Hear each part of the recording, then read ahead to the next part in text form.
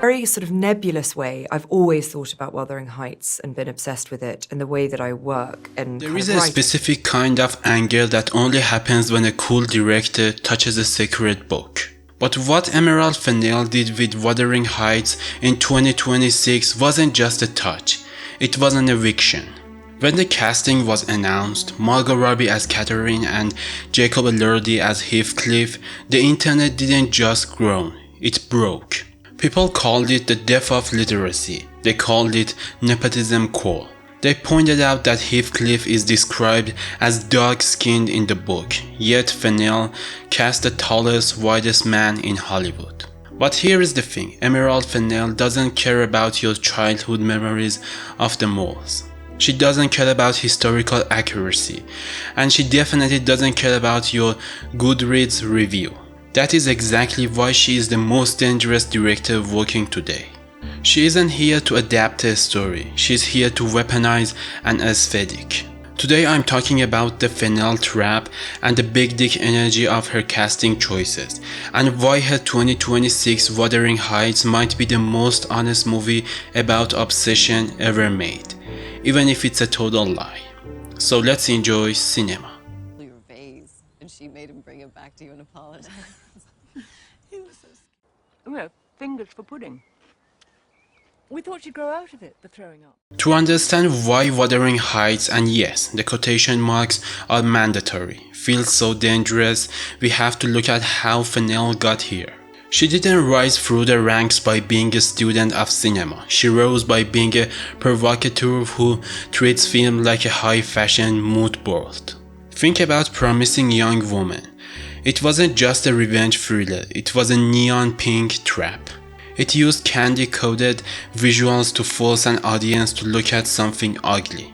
Then came Saltburn. That movie wasn't about class struggle, it was about the seduction of class. It was a movie that people lapped up quite literally because it prioritized the vibe of obsession over the logic of the plot. Fennell's danger lies in her refusal to be polite to the medium. Most directors want to be respected, Fennell wants to be discussed. She understands that in 2026 a perfect movie is a forgotten movie. A divisive movie, however, lives forever on TikTok in video essays and in the collective rage of the public. She creates what I call vibe-core cinema. In her world, the way a scene feels is more important than whether it makes sense. In Wuthering Heights, she takes this to the extreme. She casts Margot Robbie, a woman in her mid-30s, to play a character who is essentially a feral teenager in the book. Why? Because Margot Robbie isn't just an actress, she's a statue. She's an icon of desirability, and in Fennell's lens, Kathy isn't a person, she's an obsession. Super technical, depending on, especially the scene where, it's not a sex scene, but where I'm on top of you with my hands. Let's address the elephant on the moors, Jacob Elordi. In Emily Bronte's novel, Heathcliff is described as dark-skinned, a Lascar, a gypsy. His race is central to his trauma. He is the other who is treated like an animal because of how he looks. By casting Elordi, a white 6'5" Australian heartthrob, Fennell effectively erased the racial component of the character. The backlash was justified. Critics called it a whitewashing of history. But if we look at it through the Fennell's lens, we see something more sinister. Fennell didn't cast Elordi because she's colorblind. She cast him because she wanted a Heathcliff that the audience would want to be destroyed by. She prioritized aura over accuracy. In her version, Heathcliff's otherness isn't his race, it's his sheer, overwhelming physical presence. He's the hottest man on the planet, as The Guardian called him, cast as a monster. It creates a disturbing cognitive dissonance. You want to love him because he looks like Jacob Elordi, but you hate him because he's a recreational sadist, as Fennell herself described the characters. This is why she's dangerous. She subverts our expectations of morality by using our own attraction against us. She knows we are shallow. She knows that if Heathcliff is hot enough, we'll forgive the toxic BDSM light pantomime version of the story she's telling. She isn't ignoring the book's themes. She is admitting that in 2026 our culture cares more about the vibe of a tragic hero than the reality of the suffering. And the wisdom to do that as a performer and to give the performance that she gave, but I was enamored. Notice the title. It's not Wuthering Heights. It's Wuthering Heights with quotation marks. Those quotation marks are the biggest middle finger in modern cinema. They are Fennell's way of saying, I know this isn't the book. I'm not even trying. She's making a movie about a memory of a book, specifically a teenage girl's memory of a book. It's messy, it's overly sexual, it's dramatic, and it's scored by Charli XCX. Literary purists are clutching their pearls because they think she's disrespecting Brontë. But Fennell is actually doing something much more radical. She's treating the canon like a costume shop. She takes the high brow and makes it low brow. She turns a 19th century masterpiece into a 20-page fashion shoot, as one critic put it. She's dangerous because she's proving that you can strip a classic of its soul, dress it in latex and bodices, and still make $70 million on opening weekend. She has figured out that prestige is a brand, not a quality. You don't need to be deep if you can be striking. You don't need to be accurate if you can be iconic.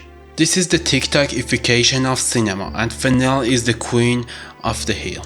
She isn't making movies for people who read Brontë in university. She's making movies for people who want to feel weak at the knees when Jacob Elordi stands in the rain.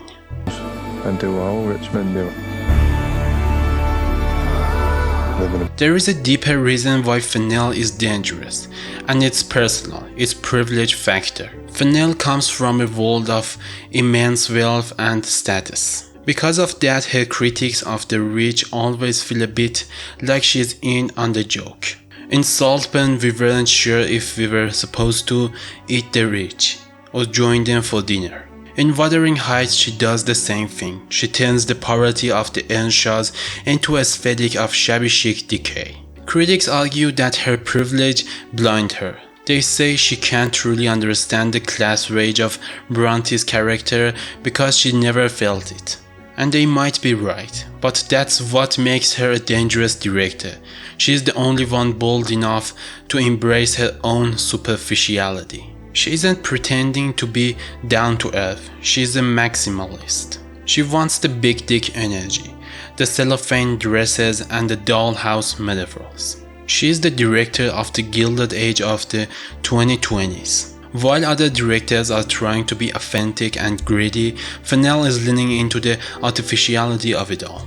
She's telling us that the world is a stage, and if you are beautiful enough, you can get away with murder, or in this case, a really shallow adaptation.